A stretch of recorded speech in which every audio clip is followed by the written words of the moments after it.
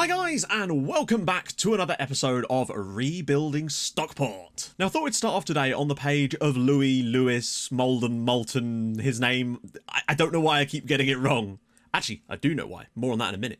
Can you get a face for Lewis if you're going to be playing him? Firstly, it's Louis, and you should know better. Secondly, this is actually his face. I wanted to explain that he's actually in witness protection, so we don't get to know what he looks like, basically. That's why his name keeps changing all the time. Is it Molden? Is it Moulton? I guess we'll never know. Lewis Molden is fed up with everyone calling him Moulton that he's thinking of changing his name. Well, he's already changed it once, because we know that's not his real name. It's fucking Moulton, see? It's fucking Moulton, you asshole! As for what he witnessed, I guess we'll have to figure that out. Nobody tell anyone who he is, though, because then he'll have to wear a disguise, and that's even worse than this. Anyway, that was a bit of a random tangent to start off the episode, but since it is the start of the week, it is time to thank new patrons. And this week, we've got a couple of upped pledges from Bert Bertsenson and Jamie Clayton. So firstly, massive thanks to both of you guys. That is incredibly awesome of you. But also a brand new patron in Owen Fitzsimmons. So seriously, huge thank you to all of you. Over there, that's awesome. You might notice that the camera looks a bit different. That's because I'm actually using a new face cam. Still kind of getting to grips with it. I need to get a faster SD card so it will record in 1080p 60 FPS. But for now, I'll have to make do with 720. It doesn't matter so much because it's in the bottom corner of the screen anyway, but I would like to do some full screen stuff with it once I get a faster SD card. Hopefully it will work. Otherwise, I'm buggered for a little bit. But massive thank you to you guys over on the Patreon that have allowed me essentially to improve the setup in this way. I do have another microphone in the pipeline. I actually bought it, but then it was faulty when I got it and I've had to send it back, and now they won't give me another one for the same price and they want me to pay an extra 70 quid. It's a load of nonsense basically, but I hope to get that sorted after Christmas. Right, so we've had a fair few games off camera, so we're just going to plow into those right about now, come back and talk about some other stuff in a minute. So first up, away at bottom of the league Morecambe, and this time we didn't make the mistake like we did against Forest Green. We were pretty damn clinical in this game. Regan Booty, the Booty man, did a bloody good job in this match. Key passes, assists, chances created, fantastic work. Goals from Jack Payne, JTB and Paris Magoma gave us a comfortable 3-0 victory, and we just kept marching on. That was until literally the very next game in our EFL Trophy North Group C. The glamour tie of the entire thing. We were 2-0 up against League One Blackpool after 8 minutes. A Scotty Duxbury goal early on, followed up by a Chris Smith own goal. Unfortunately, and this is where things got weird. They got on back through Mark Cullen not long after that, and you know, they're a pretty decent side. I still think we were the better team on the night, but then they got Jay Spearing sent off, and I thought, right, we've got a chance now. We're 2-1 up against the League One side. We're looking good, but unfortunately, it just wasn't to be. Goals from Cullen and Callum Slattery made it 3-2 to Blackpool, so they came from behind with 10 men and were able to put us to bed. It's a shame, but I still think we played bloody well on the night looking at the stats. Next up, things took a little bit of a turn in the league at home to Carlisle. Hallam Hope gave them the lead early on, but then Connor DeMeo got another red card, didn't he? Wasn't he the one that got sent off against Swindon? His second red of the season. He's doing a Enis Mahmutovic this year, unfortunately. Not exactly getting in my good book, shall we say. And then they kind of just ran away with it from that point, although we did miss a penalty as well, which could have made it a bit easier. But 2 goals for Antoine Semenyo made it 3-0, sorry. It was on Friday or Saturday when I recorded this. Regan Booty gave us a late one as well, which was nice to see him getting a few goals and just playing really well. But a 3-1 home defeat, not what we really wanted. And again, look how well we played.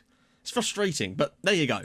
Also, about that red card for Connor DeMeo, I was a little bit annoyed at this one because it was a professional foul. Fine, they happen. It was on the halfway line. There were players around him. I don't know how the referee managed to send him off for it, but he did, and it really did cost us. And then next up, away at Cheltenham, again, it was a similar story. Too many early goals conceded. Cheltenham really flew out the traps and were 3-0 up inside 20 minutes. We did start coming back, though, with goals from Scott Duxbury and JTB. They also missed a penalty, though. The injury to Kane Hemmings. Kane Hemmings came back, and then he twisted his ankle and is going to be out for another 5 weeks.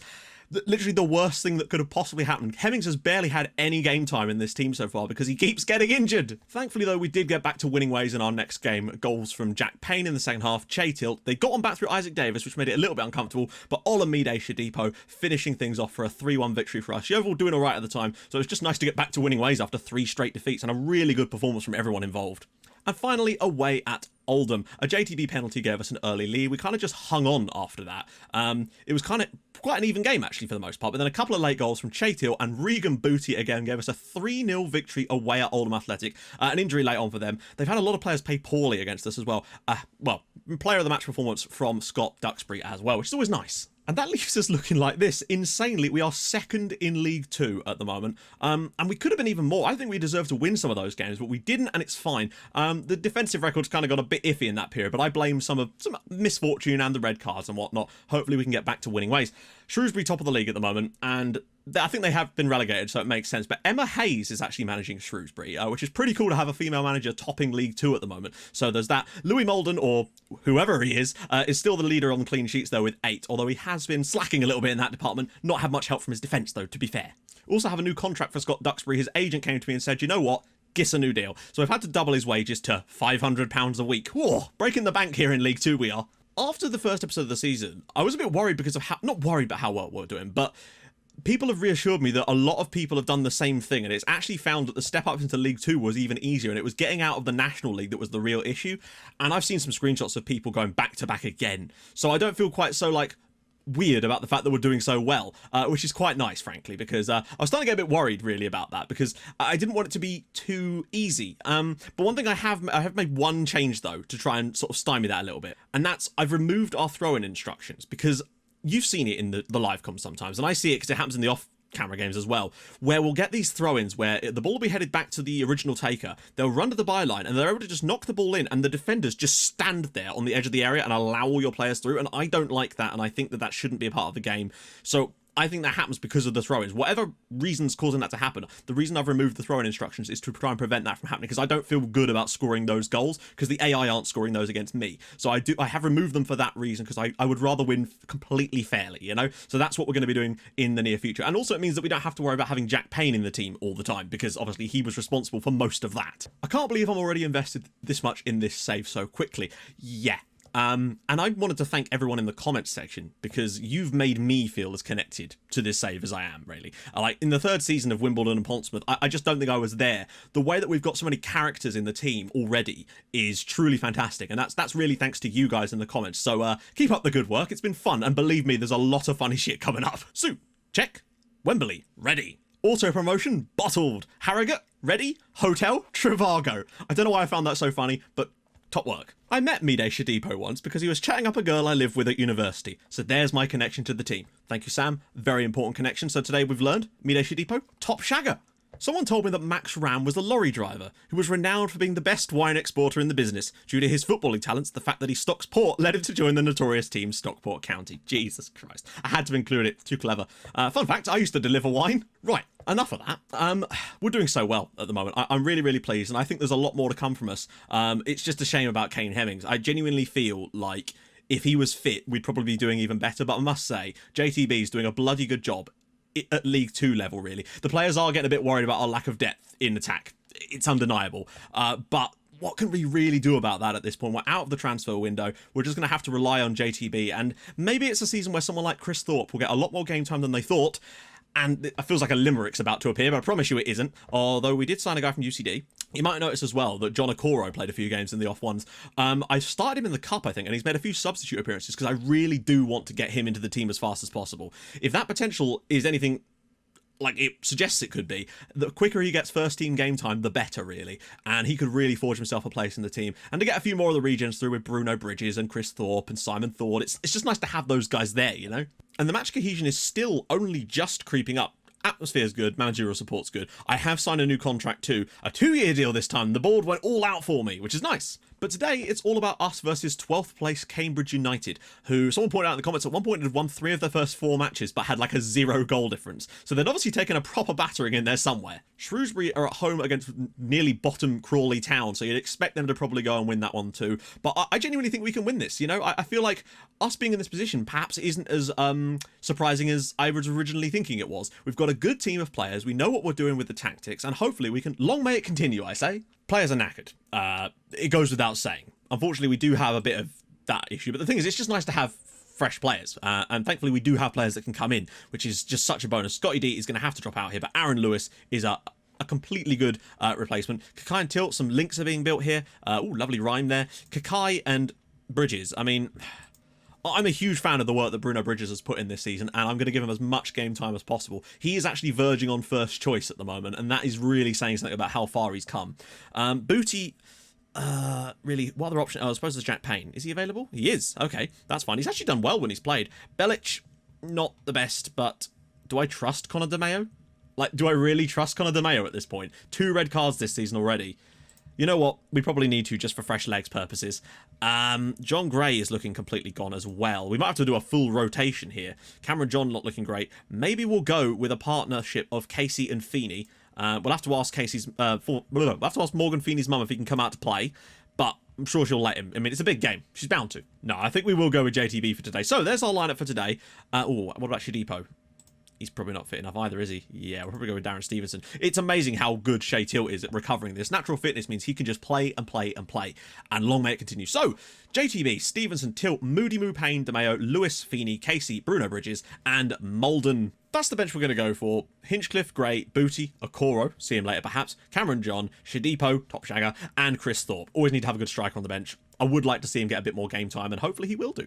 Honestly, I could see us winning this match. Like, I see no reason why we can't now. We look good, particularly in the home games, even though we've lost a few of them. We've looked like the better side in virtually every game we've played this season, and that's been very, very nice to see. Let's go. Right then, let's have this. Quite a rotated side, though, and I do think that that might be a bit of a hindrance to us. But this is what I mean. Our sort of second-string players are still very, very good players. And it's a lovely ball out wide for Lewis. They've not tracked Lewis at all here. He's going all the way through.